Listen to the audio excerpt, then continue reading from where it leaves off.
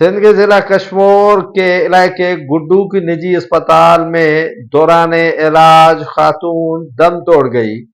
जिसके बाद खातून के वरसा हुए आपे से बाहर और अस्पताल में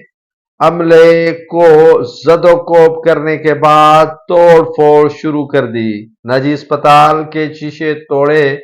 और दरवाजे तोड़ने के बाद अमले को जदोकोब किया। फिर भी मुजाहिरीन और मुश्तइल अफराद की दिल की आग ठंडी न हुई तो उन्होंने सड़क ब्लॉक कर दी और टायर नजर आतिश किए। इन मुजाहिरीन का कहना है कि अमले की गिफलत की वजह से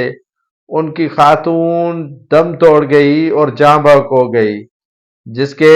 बाद मुजाहिरीन का मुतालबा था कि अस्पताल के सर्जन रसूल बख्शांडियों की गिरफ्तारी और उन पर दाखिल मुकदमे के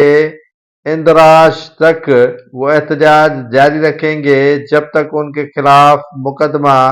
दर्ज नहीं किया जाए।